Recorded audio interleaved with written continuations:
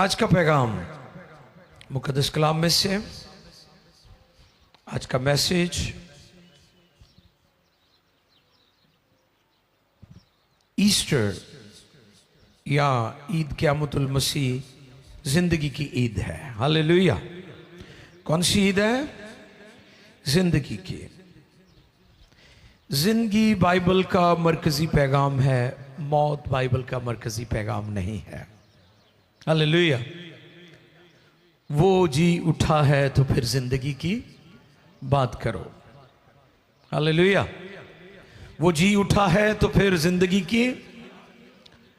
Bible का मरकजी पैगाम जो है वो जिंदगी का पैगाम है। यीशु मसीह कोई नया मजहब लेकर दुनिया में नहीं आए थे। अगर हम मजहब की बात करें तो जो मूसवी शरीयत थी वो हमें परफेक्ट नजर आती है। शरीयत तो खुदा ने मूसा की मार्फत दी, लेकिन उसने अपने बेटे के वसीला से हम पर फजल किया है, ग्रेस है हमारे ऊपर। और जब शरीयत मिल गई, लॉ मिल गया, उसके बाद किसी और मजहब की जरूरत नहीं थी। लेकिन वो कुर्बानियां जो शरीयत के मुताबिक गुजरानी जाती थी वो आरजी थी, वक्ती थी, अच्छी थी मगर आरजी थी, साया थी, फॉर द टाइम बीइंग। कुछ वक्त के लिए इंसान को माफी मिलती थी, अब्दी खलासी नहीं होती थी। तो फिर खुदा ने ज़मानों के आखिर में अपने बेटे को दुनिया में भेजा ताकि अब्दी खलासी हो जाए। इसलिए इब्रानियों के खत का मुसन्निफ ये कहता है कि खुदा ने हमारे बाप दादा से हिस्सा ब हिस्सा और तरह ब तरह नबियों की मार्फत कलाम करके ज़मानों के आखिर में बेटे की मार्फत कलाम किया है। हालेलुया। बेटा ज़मानों का मालिक है। नबियों को नबूवत का, कलाम का, खिदमत का एक हिस्सा मिला था, पीरियड मिला था, लेकिन बेटा मालिक है। आज के पैगाम का मजमून क्या है जी? ईस्टर, ईद क़यामतुल मसीह जिंदगी की ईद है।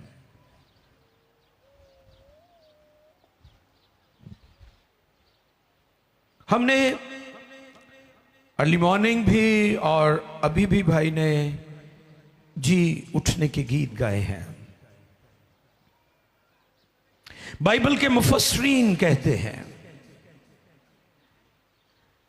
मेल प्रसन कहते हैं, मसीहत का आगाज कब्र से हुआ जहां तमाम चीजों का खात्मा हो जाता है।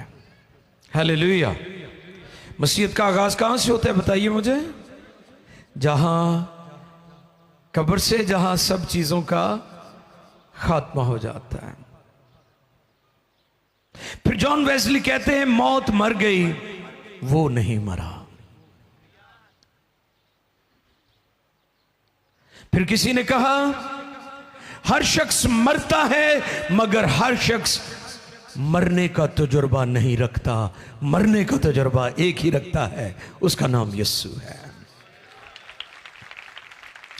मार्टिन लूथर ने कहा, अगर मुझे बहुत सा पीतल दे दिया जाए तो मैं उसका एक घड़ियाल बनाऊंगा, और मैं क्या करूंगा, उसका घड़ियाल बनाकर मैं माउंट एवरेस्ट पर चला जाऊंगा, कोई हिमालय जाकर बुलंद चोटी पर खड़ा होकर घड़ियाल बजाकर दुनिया को पैगाम दूंगा कि यीशु मसीह जी उठा है, यीशु मसीह जी उठा है, यीशु मसीह जी उठा है। हालेलुया। और फिर 70 की दिहाई में जो माहिरीन थे असारे कदीमा के, उन्होंने ऐलान किया कि यीशु मसीह का कफन मिल गया है। तो बड़े खुश हुए लोग। यह दुनिया के लिए गवाही थी कि जिस यीशु की हम मुनादी और खिदमत और गवाही देते हैं, उसका कफन मिल गया है। और फिर एक जबरदस्त खुदा के खादिम ने कहा, खुदा का शुक्र है कि यीशु मसीह का कफन मिला है, और खुदा की शुक्रगुजारी कि यीशु उस कफन में नहीं है। हालेलुया।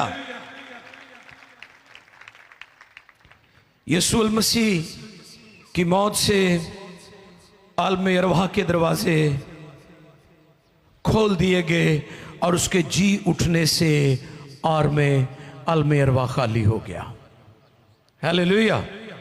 यीशु मसीह की मौत से आलम अरवाह के दरवाजे खुल गए और यीशु मसीह के जी उठने से आलम अरवाह खाली हो गया, क्योंकि वो कैदी रूहों को अपने साथ ले गया था। आमीन। इस पर लास्ट ईयर मैंने बताया था दफन होने की खुशखबरी। कौन सी खुशखबरी? कभी सुनी ऐसी खुशखबरी आपने कहीं? नो। दफन जब किया जाए ये तो रोने धोने की बात होती है, खुशखबरी कहां से आ गई? खुशखबरी थी उनके लिए जो आलम अरवाह में कैद थे। उसके दफन होने से ये गुड न्यूज थी उनके लिए कि यीशु मसीह दफन हुआ है और वो आलम अरवाह में गया और कैदी रूहों को अपने साथ ले गया। इसलिए राइटर कहता है कि उसकी मौत से आलम अरवाह के दरवाजे खुल गए, उसकी रेजरेक्शन जी उठने से आलम अरवाह खाली हो गया। तो फिर हम कौन सी ईद मना रहे हैं? जिंदगी की ईद मना रहे हैं। बाइबल का मरकजी पैगाम क्या है? जिंदगी। आओ देखें पहला कुरिन्थियों 15वें बाब की 20वीं आयत से लेकर 26वीं आयते मुकद्दसा तक हम तिलावत करेंगे। बड़े ध्यान से मुकद्दस कलाम सुनिए।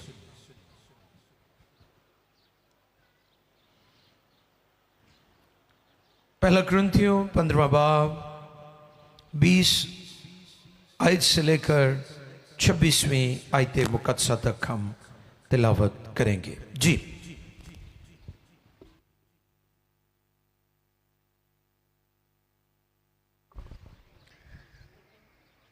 खुदावंद के कलाम मुकद्दस में यूं मरकूम है, लेकिन फी अल वाक़या, हाँ, लेकिन फिल वाक़े मसीह मुर्दों में से जी उठा है और जो सो गए हैं उनमें पहला फल हुआ। क्योंकि जब आदमी के सबब से मौत आई तो आदमी ही के सबब से मुर्दों की क़यामत भी आई। और जैसे आदम में सब मरते हैं वैसे ही मसीह में सब जिंदा किए जाएंगे। लेकिन हर एक अपनी अपनी बारी से पहला फल मसीह, फिर मसीह के आने पर उसके लोग इसके बाद आखिरत होगी। उस वक्त वो सारी हुकूमत और सारा इख्तियार और कुदरत नेस्त करके बादशाही को खुदा यानी बाप के हवाला कर देगा। मुकद्दस कलाम के पढ़े, सुने, समझे और कबूल किए जाने पर खुदावंद की इलाही बरकत सबके आमीन। हालेलुया। क्या टॉपिक है आज? ईद क़यामतुल मसीह, जिंदगी की ईद। हालेलुया। कौन सी ईद मना रहे हैं आज आप? जिंदगी की ईद मना रहे हैं।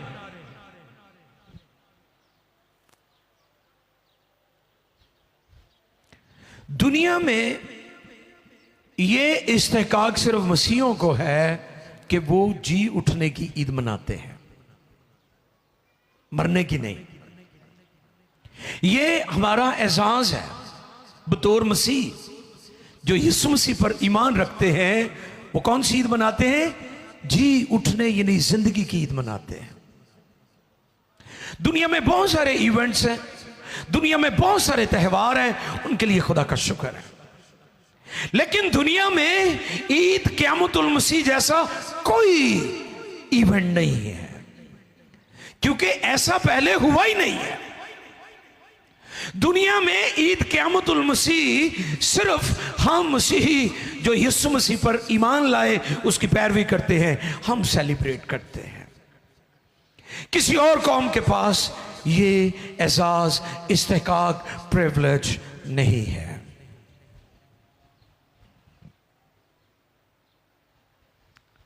ये ईद जिंदगी बख्श है, जिला बख्श है, क्योंकि खुदा जिंदगी का मंबा है। हालेलुया। खुदा जिंदगी का मंबा है, सोर्स है। खुदा जिंदगी का मंबा है। इब्रानी अल्फाज है या बाइबल में, ओल्ड टेस्टमेंट में 12 मर्तबा हमें मिलता है कि खुदा जिंदगी का मंबा है। ऐसा खुदा जो अपने अंदर जिंदगी रखता है, जिंदगी उसमें से सादर होती है।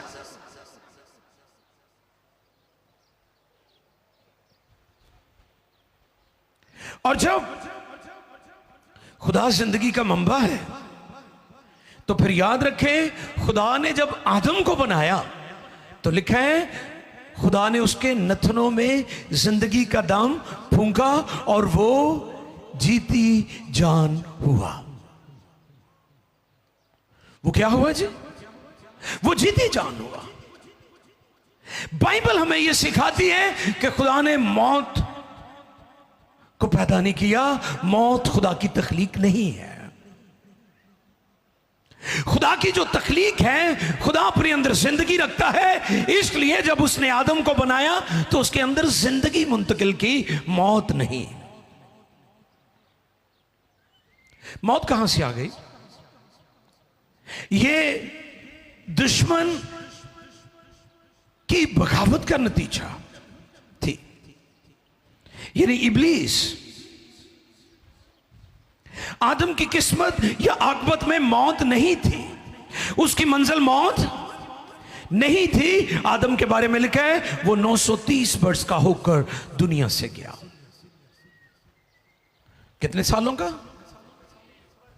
और जब खुदा ने उसे बनाया तो उसमें खुदा ने उसे जिंदगी दी थी, मौत नहीं दी थी।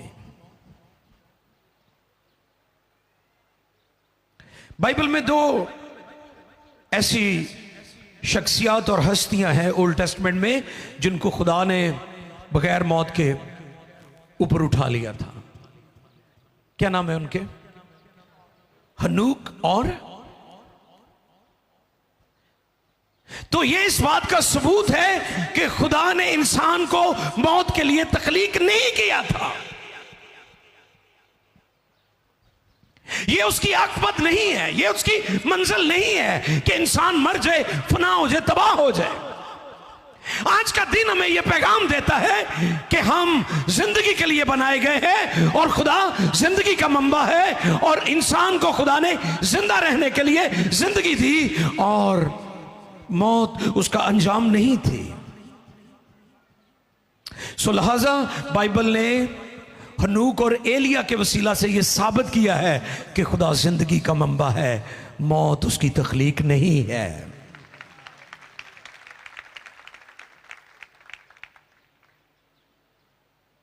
और फिर इब्लीस जो खुदा का दुश्मन है,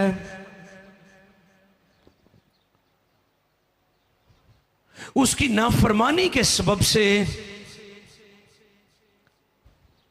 मौत दुनिया में आई।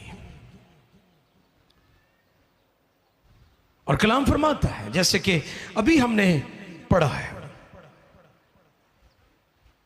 कि 21वीं आयत में, क्योंकि जब आदमी के सबब से मौत आई तो आदमी क्योंकि जब आदमी के सबब से मौत आई जी तो आदमी ही के सबब से जी मुर्दों की क़यामत भी आई। जी। फिर इस तरह दुनिया में मौत एंटर हुई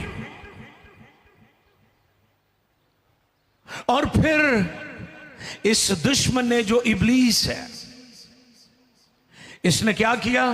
पहले ये दुश्मन था, फिर इसने अगले दुश्मन के हाथों में दे दिया। 4 दुश्मन है हमारे। कितने? आज के पैगाम में जो सीखने वाले हैं, कितने दुश्मन हैं? कौन कौन से? नंबर 1 इब्लीस, नंबर 2 गुनाह, नंबर 3 मौत, और नंबर 4 कब्र। कितने दुश्मन है? कौन कौन से?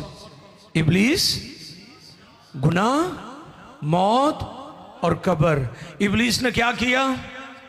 जो हमारा दुश्मन है उसने इंसानों पर हमला किया और उसने दुश्मनी की, क्योंकि वो खुदा से भी जलता है और इंसान से भी, जो खुदा की शबीह पर बना है। इंसान को खुदा ने बड़ा इख्तियार दिया, वो उससे जलता था। उसने क्या किया? इंसान को पकड़कर मौत यानी दूसरे दुश्मन के सुपुर्द कर दिया, गुनाह के सुपुर्द कर दिया। और गुनाह ने पकड़कर हमें किसके सुपुर्द कर दिया? और मौत ने पकड़कर कहा किसके सुपुर्द कर दिया? कब्र दे विच। ते ऐसा दुश्मन कब्र जोड़ा छड़दा ही नहीं किसी ने। आज सुबह हमने सीखा था ईस्टर बंधन खुलने की ईद है। हालेलुया। तो वहां पर हमने सीखा, उनकी आंखें खुल गई, उनके जहन खुल गए, कब्र खुल गई। और मैंने बताया था कि दुनिया की सारी कब्रें बंद है, एक कब्र दुनिया में खुली है और वो यीशु की है। दुनिया में आप मीडिया पर सर्च कर लें, दुनिया में बाकी कोई कब्र आपको खुली नहीं मिलेगी। एक ही कब्र खुली मिलेगी जिसके आगे से पत्थर हटा हुआ है, वो यीशु अल मसीह की है। अब कितने दुश्मन है जी हमारे? पहला, दूसरा गुनाह, तीसरा मौत, चौथा पहले दुश्मन ने अगले ਨੂੰ देता, अगले ने ਉਹਨੂੰ ਅੱਗੇ देता, अगले ने ਉਹਨੂੰ ਅੱਗੇ ਦੇ ਦਿੱਤਾ, और चौथे दुश्मन ने ਜਦੋਂ ਕਬਜ਼ੇ 'ਚ ਕੀਤਾ ਤੇ ਇਹਦੇ ਕਬਜ਼ੇ 'ਚ ਕੋਈ ਨਹੀਂ ਸੀ ਛੁਡਾ ਸਕਦਾ, ਇਹਦੇ ਕਬਜ਼ੇ 'ਚ ਯਿਸੂ ਮਸੀਹ ने ਸਾਨੂੰ छुड़ाया। Hallelujah, hallelujah. ये आज हम सीखेंगे। 4 दुश्मन, इब्लीस यानी शैतान, फिर गुनाह, फिर मौत और कब्र।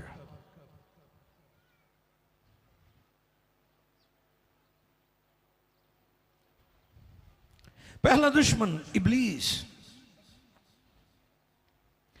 ये यीशु से मिलता है। जब यीशु मसीह जॉन द बैप्टिस्ट से बपतिस्मा लेकर ऊपर आते हैं तो लिखा है कि रूह से बियाबान में ले गया ताकि इब्लीस से आजमाया जाए। और वहां पर इस दुश्मन ने खुदा के बेटे पर भी हमला कर दिया। आप अंदाजा लगाएं जरा, ये ऐसा दुश्मन है। अब ये खुदा पर तो हमला नहीं कर सकता था क्योंकि खुदा खालिक है और इब्लीस मखलूक है। ये खुदा ना तो टक्कर नहीं ले सकता, लेकिन इन्हें इंसान नाल दुश्मनी लई, इंसान ने टक्कर लई। और फिर जब खुदा ने अपने बेटे को दुनिया में भेजा, इसने उसको भी ना छोड़ा, ये उस पर भी हमलावर हो जाता है। और इसने बियाबान में उस पर हमला कर दिया। तो पत्थरों के बारे में भी मैंने पिछले दिनों बताया था, पत्थर चला, हमने सीखा था ना। तो वो पत्थर जिनकी तरफ इशारा किया होगा इस दुश्मन ने कि फरमा ये पत्थर रोटियां बन जाए। अगर मेरा खुदा जो कादर मुतलिक है, जो बलाम की गदी को जुबान दे सकता है, वो पत्थरों को जुबान दे दे, तो वो पत्थर भी चिल्ला चिल्ला कर कहेंगे यीशु मसीह इब्लीस पर गालिब आया है। उसने कहा आदमी सिर्फ रोटी ही से जीता। इस दुश्मन ने खुदा के बेटे पर हमला कर दिया और बेटा बियाबान में इस दुश्मन पर भी गालिब आया। तो दूसरा दुश्मन केड़ा है? हाँ, आपको पता है पिलातूस ने गुड फ्राइडे के दिन सुबह 8 बजे अपने हाथ धोकर ऐलान किया कि मैं इस रासबाज में कोई गुनाह नहीं पाता। बेटे ने वहां भी साबित कर दिया है कि वो गुनाह जो दूसरा दुश्मन है उस पर भी गालिब आया है। दुनिया के ताकतवर मजहब यहूदियत के सामने कहा कौन मुझ पर गुनाह साबित करेगा। पहला दुश्मन भी नाकाम तो दूजा भी नाकाम, हुन तीजा केड़ा है? हाँ, तीसरा दुश्मन मौत है। सिकंदर आजम अलेक्जेंडर द ग्रेट, दुनिया के बहुत सारे मुफस्सर उसे मिस्ले मसीह कहते हैं, लेकिन मैं समझता हूं वो कभी भी मिस्ले मसीह नहीं हो सकता क्योंकि उसकी कब्र आज भी है। 33 साल की उम्र में मर गया, लेकिन यीशु मसीह की कब्र खाली है और वो आसमानों पर मुमताज है और बाप की दानी तरफ बैठा है। उसने कहा था मेरे हाथ बाहर निकाल दिए जाएं। ये मायूसी की बात है। उसने दुनिया को फतह किया लेकिन मौत के सामने वो बेबस था। यीशु मसीह पर तीसरे दुश्मन मौत ने हमला किया। और आज सुबह के पैगाम में यही था कि यरूशलेम के सदर मकाम पर खड़े होकर पतरस का जो वांस था, जो उसका पैगाम था, उसने यरूशलेम और यहूदियों से मुखातिब होकर कहा कि उसी यीशु को जिसे तुमने मसलूब किया, खुदा ने उसे खुदावंद भी किया और मसीह भी किया। उसने उनकी आंखों में आंखें डालकर मुनादी की कि वो यीशु जिसे तुमने मसलूब किया वो मौत और कब्र पर गालिब आया है। और फिर तब से लेकर आज तक दुनिया में यीशु के जी उठने की मुनादी हो रही है। वो पहले दुश्मन पर भी गालिब आया, वो दूसरे दुश्मन पर भी, गुनाह पर भी गालिब आया, और वो तीसरे दुश्मन मौत पर भी गालिब आया।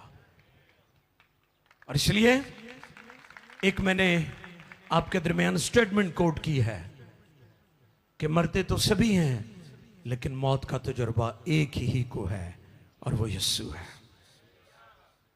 ये मौत का तजुर्बा सारे नहीं हैगा। आपको पता बड़ी बड़ी अजीम हस्तियां आई, मुकद्दसीन, बुजुर्गाने दीन और बड़े बड़े ताकतवर लोग आए दुनिया में, बड़े बड़े बादशाह आए जिन्होंने दुनिया को फतह किया। अलेक्जेंडर द ग्रेट जैसे लोग, सिकंदर आजम जैसे लोग आए, लेकिन मरे सभी हैं, लेकिन मरने का तजुर्बा किसी के पास नहीं है। और इसलिए यूहन्ना जब डरा हुआ था, हुकूमत वक्त ने उसे पकड़कर कैद में डाल दिया था। सुरंतस नामी बिदती शख्स ने उसके खिलाफ प्रोपोगंडे किए, उसे जेल में जाना पड़ा।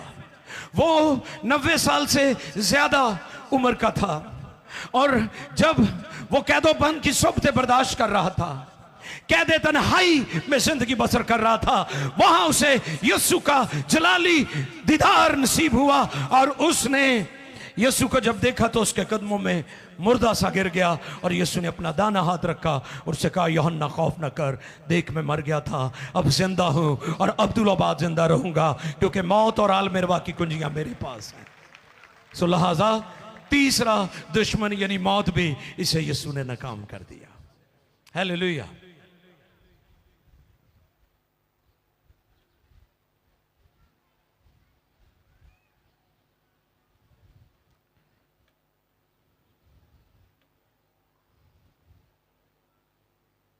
तारीख गवाह है कि इस दुश्मन को कोई नाकाम नहीं कर सका, यानी मौत को।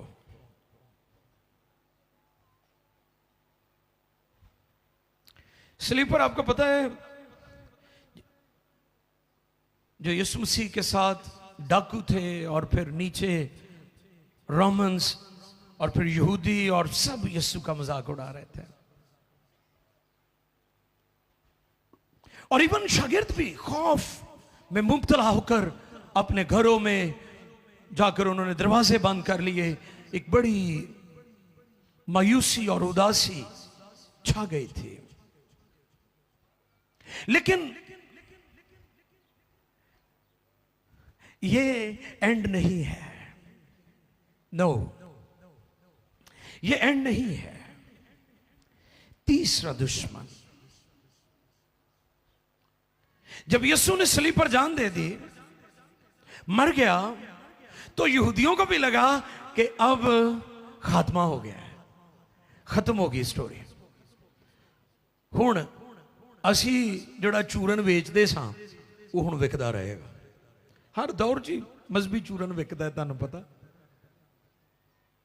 हैकल दे अंदर वो जोड़े बर्रे लोकी लिआंदे सन ना कुर्बान करन लई, ते उत्थे चूंकि करप्शन आ गई होई सी, वो कहते सी ए बर्रा ठीक नहीं गा, इनू लै जाओ तुसीं इत्थों खरीदो, महंगा।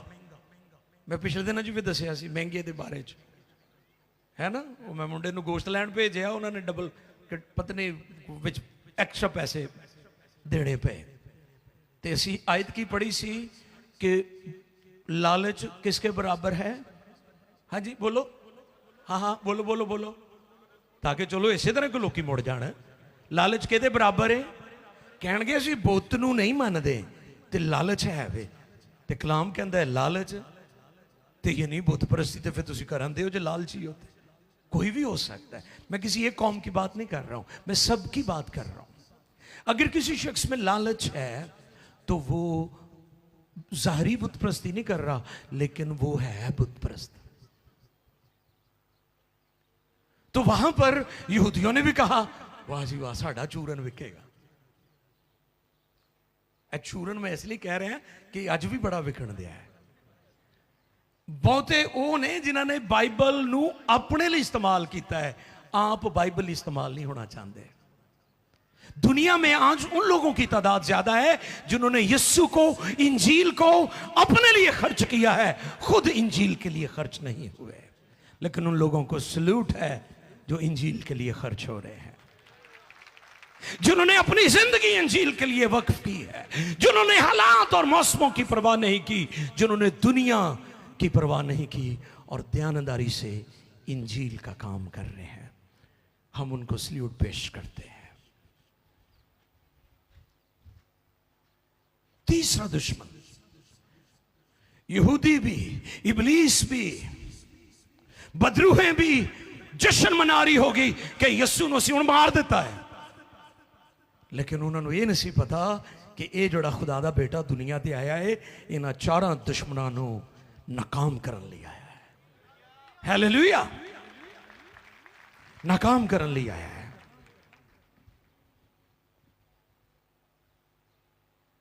जैसे मैंने शुरू में कहा,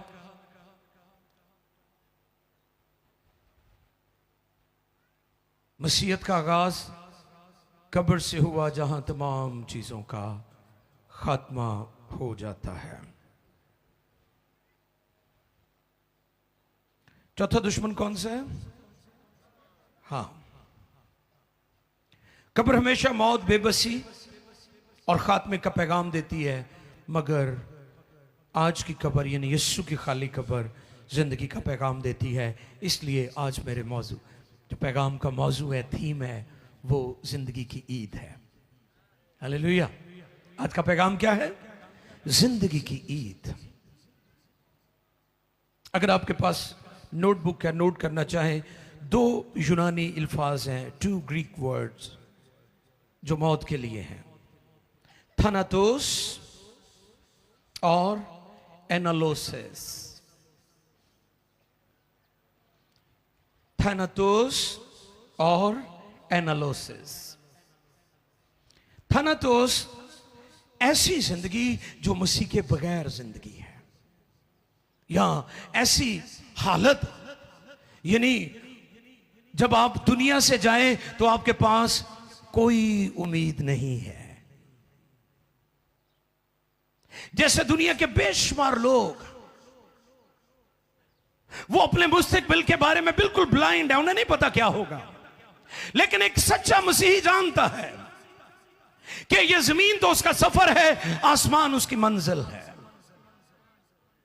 ऐसी मौत जिसे थानातोस कहते हैं, जो यीशु मसीह के बगैर है,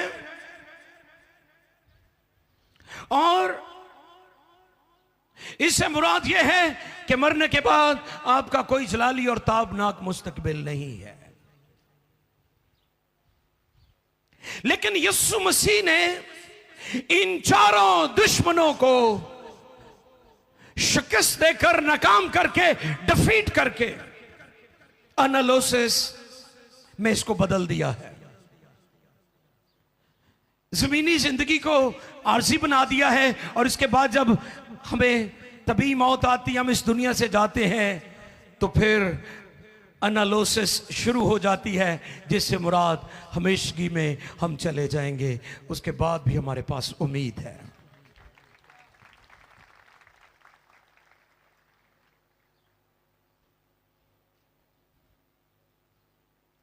एनालिसिस के 4 पहलू हैं। नंबर 1, बैल के गर्दन से जुए को उतार दिया जाए, यानी जिंदगी मुसीबतों मुश्किलात से रिहाई पाना। तो इसलिए बाइबल ने जमीनी जिंदगी से जब हमारा सफर खत्म होता है, इस मौत को नफे का नाम दिया है। जीना, हाँ बोले, जीना मेरे लिए और मरना, वाह, सुनिया कभी किसी कौम को कि कोई एक कौम कहे कि मरना नफा है? हाँ, ये मसीहा वास्ते नफा है, क्योंकि एनालिसिस यानी ए दे तो बाद सानू हमेशा दी जिंदगी मिलती है। ये नफे की गल है, ते नफा तो सारे पाना चाहते हैं, लेकिन इस नफे वास्ते उन्होंने यस्सू को आना पड़ेगा, यस्सु मसीह ते ईमान ले आना पड़ेगा। यस्सु ने इन चारा दुश्मनों नाकाम कर दिता है। अज दे दिन दुनिया को पैगाम देता है कि यस्सु मसीह इन चारों दुश्मनों पर यानी इब्लीस, गुनाह, मौत और कब्र पर गालिब आया है। इसलिए ईस्टर जिंदगी की ईद है। ये घाटे का सौदा सुन लो, एक घाटे का सौदा, वो तो खैर मरना तो कोई भी नहीं चाहता। पुछो अज तक किसी ने भी नहीं मनना। सब ने कहना एंड ते मैं ही जावा, सारे ही चले जान तो मैं एंड ते जावा। लेकिन सुनो, पिक्चर टोटली बदल दी है मेरे यस्सु ने कि ये जी मौत जी दुनिया को डराती सी, ये एनालिसिस हो चुकी है। इस मौत तो बाद खात्मा नहीं है, इस मौत तो बाद अबदीयत है। साढ़े को अज का दिन दसदा है कि जिंदगी, हमेशा की जिंदगी, अबदीयत, एटर्निटी, उसके साथ हम हमेशा में जिंदगी बसर करेंगे। एटर्नल लाइफ, हमेशा की जिंदगी, बाइबल का मरकजी पैगाम। मैं इसलिए आया कि वो जिंदगी पाए और कसरत से पाए। इसके लिए ग्रीक वर्ड ज़ोए, जिसका मतलब है वो जिंदगी जो खुदा अपने अंदर रखता है, वो जिंदगी जो खुदा के अंदर है।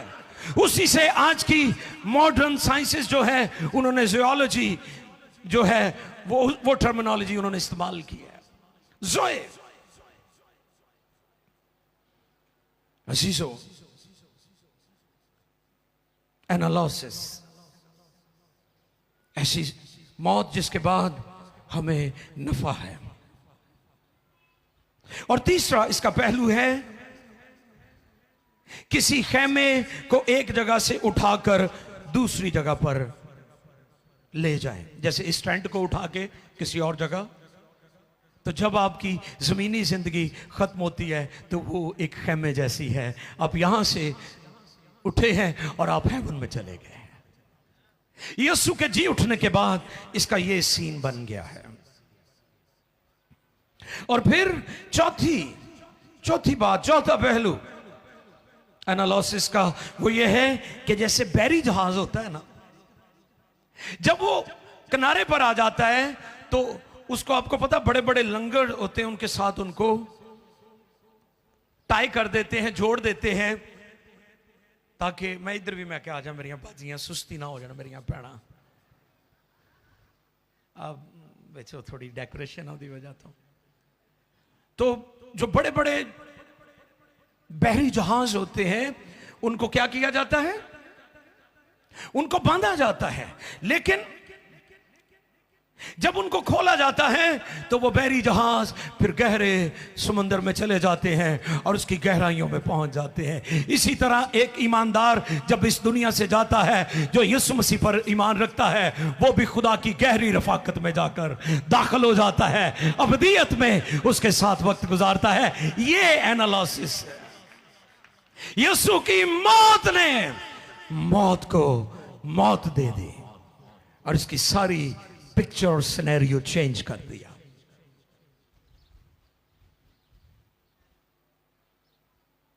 याईर की बेटी के बारे में यीशु ने क्या कहा?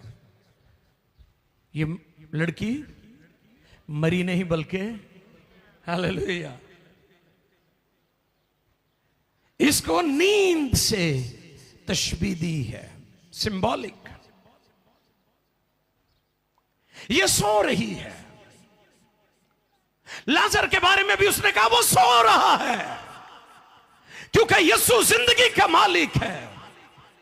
और इसलिए शायर, जो मेरा बड़ा मनपसंद गीत है, मैं अक्सर कोट करता हूं, यूसुफ याद ने उसे कलमबंद किया और डॉक्टर मरकज फिदा ने उसकी धुन बनाई है।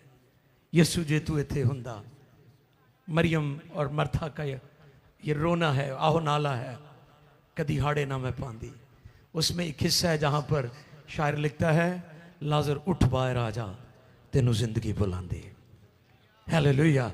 यीशु मसीह जिंदगी का मालिक है, वो जिंदगी का मंबा है। सीन बदल दिया है उसने जिंदा होकर। दुनिया आज भी इस मौत को लेकर परेशान खौफजदा है, लेकिन एक सच्चा और तब्दील शुदा मसीह जिसने तौबा की, बपतिस्मा लिया, नए सिरे से पैदा हुआ है, उसके लिए ये उन लंगरों की तरह है जैसे लंगर जहाज को बांधे रखते हैं, लेकिन जैसे छोड़ा जाता है फिर वो समुद्र की गहराइयों में चला जाता है। इसी तरह एक सच्चा मसीह जब इस दुनिया से मूव करता है, रहलत करता है, तो वो फिर खुदा की गहरी रफाकत में चला जाता है। ये दिन जिंदगी का दिन है। और मुझे सोशल मीडिया पर देखकर ये बड़ी खुशी हुई कि नासा की जो टीम है उन्होंने इस पर काम किया। ये जो गुड फ्राइडे गुजरा है, 3 अप्रैल जुमे का दिन, वो कहते हैं कि ये वही दिन है सदियों बाद जिस दिन यीशु मसीह ठीक इसी डेट पर मसलूब हुए थे। ये ईस्टर आप सबों के लिए बहुत अजीम ईस्टर है और दुनिया में हैरान कुन वाकयात हो रहे हैं। और इस पर मैंने पिछले अपने पैगामात में बताया है कि अब हमें उसकी आमदसानी की भी तैयारी करने की जरूरत है। आपके हालात, आपकी दुनिया में होने वाले सारे वाकयात चीख चीख कर बता रहे हैं कि वो दरवाजे पर है और अपनी कलीसिया को लेने आ रहा है। आज का दिन जिंदगी का दिन है। ईस्टर की ईद क़यामतुल मसीह जिंदगी की ईद है। आओ इस जिंदगी को ले लें, और ये मुफ्त है। इसके लिए आपने कोई रियाजत, कोई कुर्बानी, कोई आपने मालो दौलत देकर इसको नहीं खरीदना।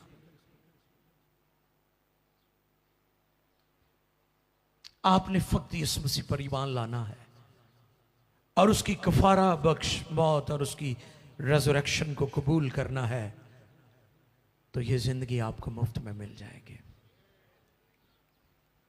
इसके लिए आपको कोई लंबा सफर करने की जरूरत नहीं है, किसी मुकाम की जियारत करने की जरूरत नहीं है, क्योंकि वो जो कोहे सीना पर उतरता था वो आज आपके दिलों में रहता है, अब वहां नहीं उतरता। क्या तुम नहीं जानते कि तुम जिंदा खुदा का टेंपल ऑफ गॉड और खुदा का रूह तुम में बसा हुआ है। अब वो आप में रहना चाहता है, आपकी जिंदगियों में रहना चाहता है। उसने क्या किया है? उसने चारों दुश्मनों को नाकाम कर दिया है। कौन कौन से? इब्लीस, गुनाह, मौत और कब्र।